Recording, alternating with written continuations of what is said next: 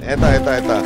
Natawa lang ako dito kasi, di ba ito yung matagal na nating alam din na may nagsabi, may nagbulong kasi sa akin ito pero ayoko lang sabihin. Pero eventually, ito pala. Wala na sa Malacanang ang dating Presidential Advisor on Creative Communications na si Paul Soriano. Yan ang nabunyag sa budget deliberation ng Office of the President sa Senado. Sa deliberasyon, muling naungkat ang kontrobersyal na tourism ad slogan na "We give the world our best" na nalagay sa isang bus sa London. Sabi ni Senate Committee on Finance Chair Sani Angara, hindi galing sa Office of the President ang pondo para riyan. Ang tanging nakakalam umano rito. Ayan ang magandang comment, sabi ni Teresita. Kaya nga nagustuhan ko si Yorme dahil may resibo kahit taga-Davao ako. Yan ang mga perfect comment. Diba? Perfect comment. Yung mga ganyan na magaganda. Kasi, una-una, pag tayo bumoto ng presidente, hindi naman presidente lang ng Davao. Hindi lang presidente lang ng Ilocos. Hindi naman presidente ng Metro Manila. Pag tayo po ay bumoto, boboto tayo ng presidente ng buong Pilipinas. So, napaka-importante na yun yung kanila accomplishment. Kaya nga natin na-consider, alam mo, nung tayo, di ba, kung sino ba dito yung matagal na nandito at hindi mga nabudol? Yung talaga nanindigan nung panahon ng eleksyon, inaaway ng mga kamag-anak at mahal sa buhay. Sino yung mga nandito na, di ba? Tayo, pinili natin si Isko, hindi dahil sa kahit ano man. Ako, alam ko mababatikos ako nun. Ba't ko pinili si Isko? Kasi among all those people na tumatakbo, siya lang ang may resibo nun. Na meron talaga, di ba? Kitang-kita natin yun, may resibo siya nun. In 3 years, ang daming accomplishment. Nakita natin yun. Pinuntahan ko pa nga isa sa mga accomplishment niya eh. Di ba? Yun ang dahilan. Accomplishment. So dapat, ganun tayo sa susunod na eleksyon. Huwag tayong umalis doon. Accomplishment tayo. Resibo tayo. Ika nga, doon tayo. Hindi yung regionalism, pagiging babae sa babae. Sorry po pagpasensyahan nyo na kung medyo basag trip ako. Ay si Paul Soriano na ngayon ay hindi na konektado sa palasyo. Who spent for the ad campaign "We Give the World Our Best", which was seen in the London buses, Mr. President? It's not the OP, Your Honor. Possibly the DOT. It was still during the time of Paul Soriano, Director Paul Soriano, Your Honor. This is what I'm told. So, baka siya nakakaalam mo. We will ask. Wala na ba siya ngayon? Wala na po. Di ba naikwento ko sa inyo? Di umano. Di ba sabi nga, isa sa may dahilan ng Love the Philippines, di umano. Okay? Totoo. Yun eh. Major bubu daw, di umano. Yun ang kwento nun. Actually, yun ang kinuwento rin sa akin ng Tagaloob eh. Sabi, actually, bago pa aprubahan nung malaking kumpanya yan, ayos na yung advertisement. Ibig sabihin, parang in-stamp na lang nung malaking advertisement yung gawa ni Paul Soriano. Di umano. Di ba? Di umano natin yun eh. Tapos after that, nagpunta na ng ibang bansa, nawala na siya. Si Kuya nawala na.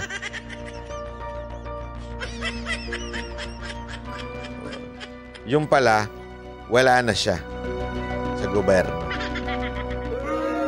Ayun na, pala.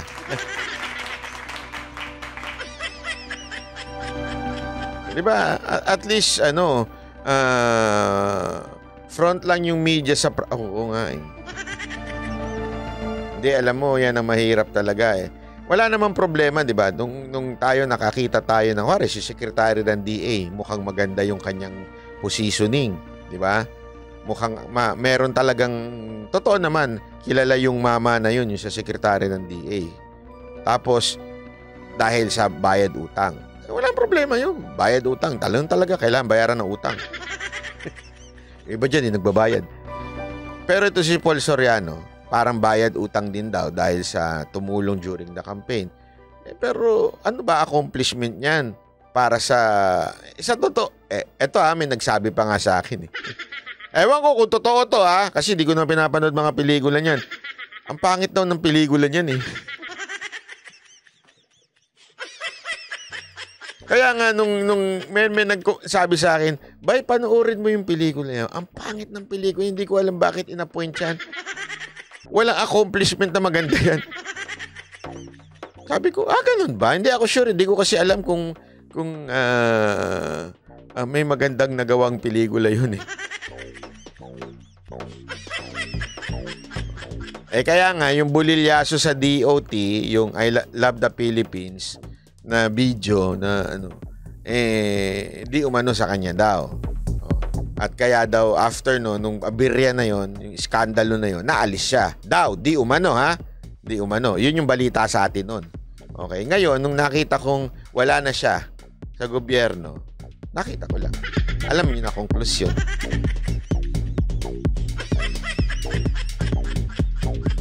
Yan ang mahirap pagka nag-a-appoint ng dahil sa utang na wala namang accomplishment.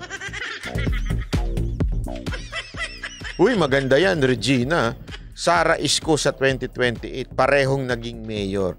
Alam mo kung matalino nga lang sana ang tao. Kung ang mga Pilipino matalino lang sana, okay sana eh. Hindi, totoo walang biro. Kung matalino lang ang sana, kung ang mga Pilipino boboto lang out of accomplishment, that would be perfect. Diba? Bakit? Talaga may accomplishment. Marami pa kasi maaring hindi rin tumakbo si Vice President Sara Duterte. Pwede ring go Isko. Pwedeng ganun din, di ba? May mga accomplishment. Yun ang magagandang Hindi natin kasi ako, sold ako. Kahit saan tumakbo si Isko, sold ako dyan. Kita ko na accomplishment yan. Ngayon, magaling pa bilang host. Kaya lang, sabi niya, retire na daw siya.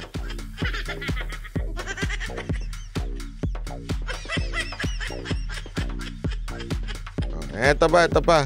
Ito pala. Maganda itong pagkikwentuhan natin bago tayo magtapos. Importante ito. Alam mo ito gusto ko lang talakayin ng bahagya ito. Marami kasi lumalabas ngayon sa TikTok at sa social media kung meron bang kinaugnayan yung nangyayari sa Israel at sa Hamas at sa Biblia.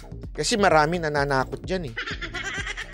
Totoo, maraming nananakot dyan na, end of the world na, blah, blah, blah. Pero alam nyo, more than anything else, more than sa pananakot na darating na ang ating Panginoon uli, ang second coming, wag ho tayo matakot dyan. Kasi hindi naman po, kasi kung ikaw naman ay secured and you have surrendered your life to Christ, wag kang matakot kung darating na ang Panginoon. Dapat nga matutuwa ka pa eh. Di ba? Dapat nga excited ka pa eh. Pag hindi ka excited sa end of the world, there is a problem. Ulitin ko if you are not excited to the end of the world or the second coming of Christ, may problema tayo dyan. Ibig sabihin, you're not ready to face the Savior. But if you have Christ in your life, dapat ma-excite ka. Bakit? Makakasama na natin siya. Kasi alam nyo, this is grabe ho. Grabe yung you know that the Bible is true. Lalo na tayo, we are a Christian country, quote-unquote Christian country. We know that the Bible is true. But sa utak. Pero marami sa atin hindi nare-realize na the prophecy in the Bible is na-fulfill na siya sa ating mga mata. Nakikita na natin siya ngayon. Grabe ho. Sabi ko nga, nakakatuwa. I-share ko sa inyo itong Ito ho ang isa sa mga prophecy tungkol ho sa pangyayari. I'm going to make Jerusalem like a cup that makes all the people around it seem to be drunk. Alam niyo, lalim yan. Gagawin ko ang Jerusalem na parang isang cup na yung mga tao parang lasing. Ganun. Ano ibig sabihin niyan? Alam niyo sa ibang translation, yung ibig sabihin ng seem to be drunk, Alam nyo ba paano ang isang drunk? Yung susuray-suray, dadapa-dapa. Yan ang sinasabi dyan, na parang gagawin ko kayo na Jerusalem, kayong Israel, madadapa ang mga taong aatake sa inyo. Judah will be shut in by armies as well as Jerusalem. On that day, I will make Jerusalem a heavy stone for all the people. All who live it will be hurt, and all the nation of the earth will be gathered against it. Grabe yan, alam mo? Noong una, parang imposible. Mantakin mo, sabi diyan, lahat ng bansa magagalit sa inyo. Magagather. Alam mo, noong una, parang imposible naman yan. May UN tayo eh. Diba? Paano mangyayari yan? Magagalit sa Israel? I don't think so. That's impossible. Pero nangyari yan. Kung titingnan nyo yung UN resolution, kahit nga tayo, hindi nga ho tayong bumoto na pabor sa Israel eh. Ano lang tayo? Neutral tayo. Nung tiningnan nyo UN resolution kung pinatitigil na ba ang Israel, most nations talagang pumabor na patigilin na Israel. Tapos nandun pa, yung ibang mga bansa na hindi pumabor, nag-neutral lang. Ganong katindi. Ibig sabihin, somehow everyone is against Israel. Ito ngang Amerika eh. Di ba, supposedly, dikit sila ng Israel. Dahil nakikita nila yung nangyayari ngayon doon. Nagbigay ng statement si Biden na sinasabi niya na tigil na, tama na. Ibig sabihin, they were all against, hindi sinasabing against attack it's against na sila ngayon sa ginagawa ng Israel. But if you could imagine this, sino ho ba ang nagsimula ng attack? Diba, Hamas naman po eh. Sila ho ang nagsimula ng attack. Nagresponde lang ang Israel. Ngayon, tama pa ba ang ginagawa ng Israel? It's not for me to judge kung tama pa ba ang ginagawa ng Israel. Dahil hindi naman ako hindi sa nag-iingat ako, pero hindi ko naman po kasi napapanood lahat ng balita. Marami hong propagandang lumalabas sa social media. Both sides, there are propaganda. Pero ang pinakamahalaga dito, na napakagandang sinabi dito, ito nangyayari na. Gets ninyo? Nangyayari na. Sa buong Israel, nakapaligid dyan, puro Arab nations. Inaatake sila. Sa UN, kinampihan din. Ina-against na rin sila sa Israel. Imagine niyo na imposibleng mangyari and yet nangyari. Because the Bible is true. All the prophecy in the Bible, sabi nga 'di ba sa Biblia, walang ang ink o pen dito sa Biblia ang hindi matutupad. Nasa New Testament 'yan. Lahat na nasusulat matutupad. Kaya sabi ko, wow, talagang natutupad. Pero, more than anything else po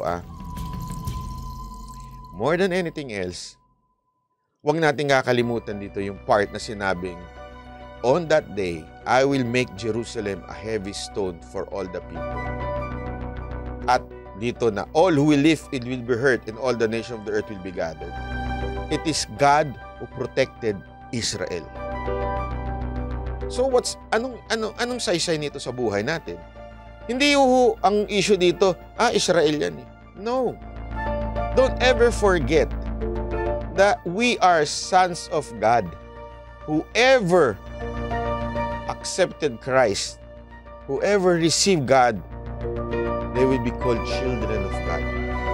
Kung papaano tinrato ng Panginoon ang Israel at pinoteksyonan ito. If you accepted Christ as your Savior, and you receive Christ, you are now His child, and He will protect you. Kaya nga ang ganda, meron pa dito sa verse ito na, the Lord is good, a strong refuge when trouble comes. He is so close to those who trust Him. This is very important.